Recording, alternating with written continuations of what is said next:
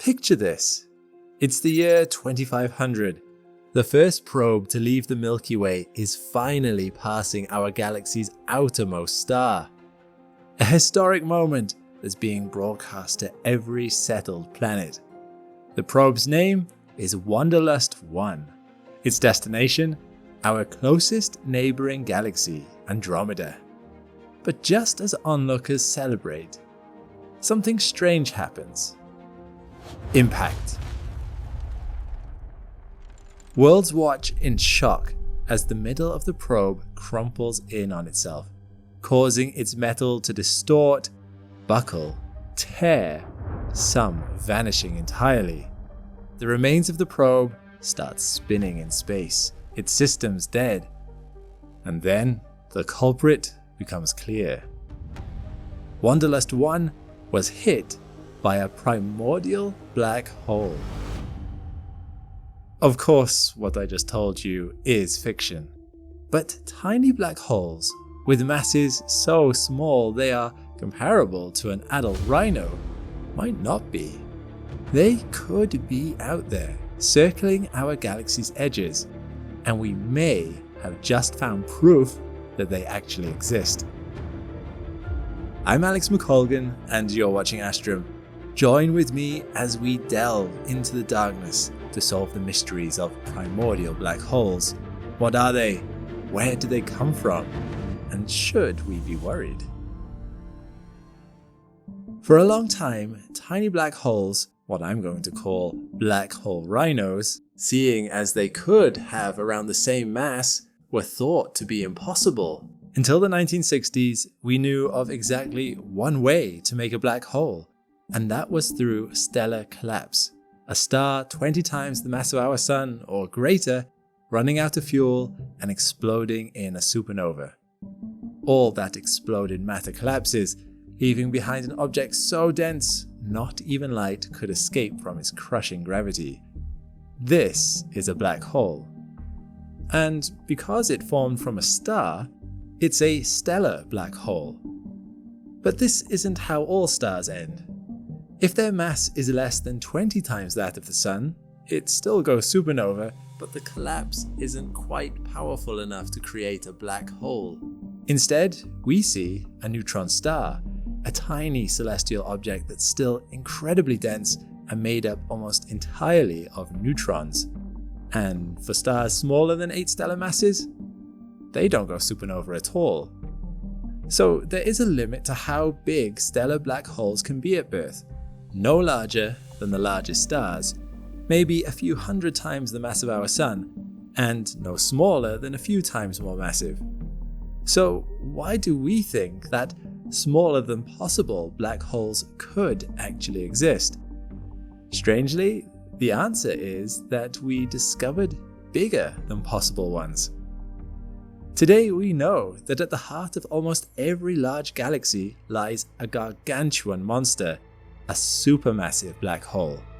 Back in the 60s, we were just beginning to discover these enormous beasts. The first quasar, a highly luminous and red-shifted galactic center, was found in 1963, kickstarting a roughly decade-long golden age of black hole research.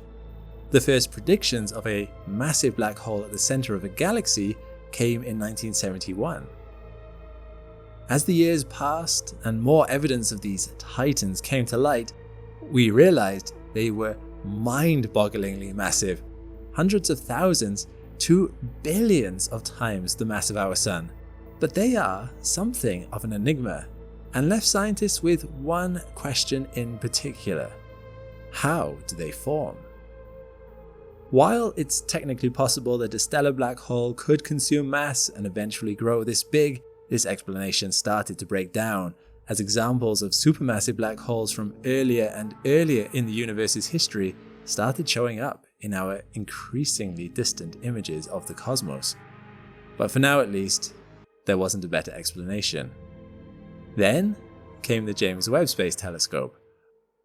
Launched on the 25th of December 2021 and switched on in 2022, it promised to see further and in better detail than any telescope had ever seen before. It would look for stars so distant their light had started traveling at almost the dawn of the universe. And James Webb did not disappoint. These little red dots represent galaxies with supermassive black holes from just 500 million years after the Big Bang. Scientists realized this was not enough time for stellar black holes to grow to that size, not without devouring matter faster than the laws of physics should allow.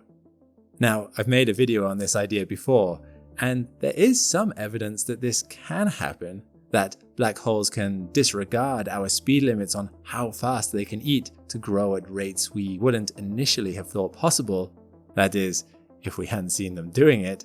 But there are plenty of scientists who are skeptical of this answer, and there's an alternative theory, one that another recent James Webb discovery may have just confirmed as true. When it comes to forming a black hole, the key is density. When density is high enough, mass becomes so compact that its localized field of gravity passes a tipping point, and the speed at which you would have to move to get away from it becomes impossibly fast, i.e., you'd have to travel faster than the speed of light. Defying such gravity is impossible, but wouldn't it be fascinating if it wasn't? You'd be able to see the insane, physics-bending conditions that exist within the heart of a black hole and return to tell about it. While such a thing is beyond our reach, the sponsor of today's video, Novium, can bring a little bit of gravity defiance right to your own desk. Their hover pen Interstellar hangs there at a 23.5 degree angle in a nod to Earth's axial tilt, even as it brushes off its gravity. I've had this sleek refillable pen on my desk for a while now, and I find it just as cool now as I did when I first got it. Made from aircraft grade aluminium, it's a great gift for a space enthusiast, or for yourself if you're looking for a comfortable writing experience that also looks beautiful. And if you go for the premium version, it comes with a real shard of meteorite embedded in its tip, a piece of space that's older than the Earth itself. If you find that as cool as I do, check out the range of Novium hover pens such as the hover pen Interstellar or the hover pen Future by scanning my QR code or clicking the link in the description below. As a special Black Friday deal for the next 48 hours, if you use my code Astrum at checkout, you'll get 20% off your purchase and free shipping worldwide. Now, back to black holes. As I mentioned, black holes are densely packed. The question is, how does matter get that dense in the first place? For that, you need a huge amount of energy, enough to overcome the electromagnetic force that stops electrons or protons from getting too close to each other. Then there's the neutron degeneracy pressure, a quantum mechanical force that says that two subatomic particles, two neutrons, can't occupy the same space at once. Neutron stars are not dense enough for their gravity to overcome this pressure, but they are still so dense that a spoonful of this matter would weigh as much as Mount Everest, over 900 billion kilograms. To make a black hole, you need forces able to crush the whole of Mount Everest into that teaspoon and then some. In fact, Mount Everest would have to be squashed into a space more than 1,000 times smaller than an atom to become a black hole. In the universe as it exists today, such forces only exist in very specific circumstances, inside collapsing stars as they turn supernova. But go back in time and that wasn't always so. Let's rewind to the earliest moments of the universe, within the first second after the Big Bang. There, those pressures did exist, albeit just for a moment. In this hot, dense particle soup, the distribution of matter was not completely homogeneous or evenly distributed. There were areas of high particle density and others where it was lower. Scientists believe it's possible that in particularly dense patches of space, black holes could have formed from primordial matter itself, skipping the star phase entirely. The result is called primordial black holes, And surprisingly, they aren't actually a new idea. They were first predicted in 1966 by Yakov Zeldovich and Igor Novikov. What's interesting about them is that they could have formed with masses 100,000 times greater than that of our Sun. This would be more than enough to account for the supermassive black holes that we see today, especially given the billions of years they've had to grow. Curiously, they didn't have to form as giants. They could also have been much smaller. A black hole the size of a single atom, with mass comparable to an asteroid, or a so-called black hole rhino that would be no bigger than a proton, but the mass of a rhinoceros. However, this was 13.8 billion years ago, and there are two problems with the theory that such tiny black holes exist today. The first is Hawking radiation, an extremely long wavelength of radiation that Stephen Hawking hypothesized black holes emit, gradually shrinking them over vast timeframes. It essentially tells us that, by now, all tiny black holes should have evaporated away. The second problem is that we haven't proven that primordial black holes actually existed in the first place. We've never seen a black hole arise out of the interstellar dust, or at least we hadn't until recently. In July 2025, NASA reported that the James Webb Space Telescope had seen two early disk galaxies, likely in the process of crashing into each other. But strangely, between them, and not in the center of a galaxy of its own, was a supermassive black hole. It had not somehow been ejected from either galaxy. They also have their own supermassive black holes, which left this third one completely inexplicable. The team who found it proposed that the black hole formed in situ via the direct collapse of a gas cloud. But this isn't the only evidence that black holes can simply appear given the right conditions. QS01 is a supermassive black hole that was also spotted by Webb. It inhabits a surprisingly small galaxy. Scientists were able to do spectral analysis and found that it's incredibly low in heavy metals, elements other than hydrogen and helium. This galaxy had less than 1% of the oxygen that we see in our own, and researchers called it one of the most chemically unevolved systems found in the early universe, which is telling. Stars usually produce these elements in just their first few generations, so the fact that they are absent in QS01's galaxy suggests that very little stellar formation has taken place yet, compelling evidence that wherever QS01 had come from, it had likely not been birthed by a star. Now, although not smoking guns, these two examples lend weight to the idea that the early universe was capable of producing primordial black holes. In fact, this finding may explain where all supermassive black holes came from. And if that's true, then it's almost certain that super tiny black holes used to exist too. But they're all gone, right? By now they should have dissolved. Well, according to one theory, perhaps not. Astronomy has a problem on its hands. As we track the amount of gravitational pull in the universe, it is much higher than it should be. Scientists conclude that there is additional matter inside galaxies, or circling them in large halos, something they've dubbed dark matter, because we can't see it. But you know what else carries serious mass and is quite hard to see? Black holes. Particularly ones with no accretion disks, because they formed directly out of interstellar matter.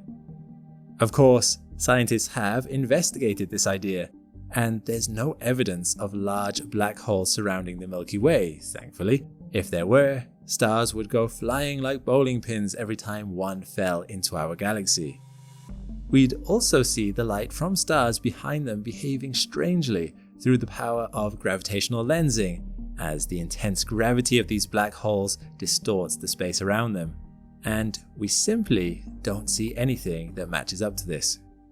But tiny black holes, Our black hole rhinos would be very hard to detect through either means. There's no proof they're not there.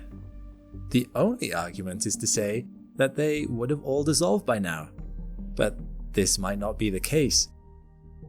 In April 2024, a study published in the monthly notices of the Royal Astronomical Society found that at tiny levels, Hawking radiation might slow down considerably, almost stopping entirely, which means these black holes might shrink and shrink until they eventually stop. Which, if true, means that black hole rhinos might be out there. Many believe dark matter circles our galaxy in a massive halo. What if, instead of all of that, it was tiny black hole rhinos? There could be millions and millions of them out there. A black hole minefield lying invisible and deadly. A swarm we could someday encounter if we ever attempted to leave the galaxy to explore another. We might be caged here without knowing it.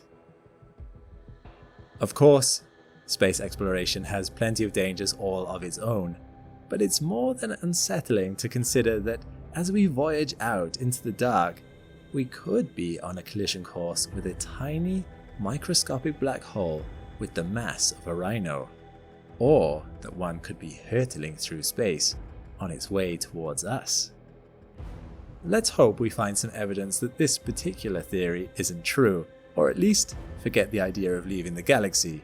I think I'd rather stay at home. Thanks for watching, and a special mention to Charlie Phillips. Thank you for supporting us as a Supernova tier member on Patreon. It means a lot. Astrum isn't just made possible with sponsors and ads, it thrives because of our Patreons. Please join us so we can keep creating more and better videos and making space accessible for everyone. Patreon is where viewers become part of what keeps Astrum running. We're building something steady and long-term, and every new member makes it stronger.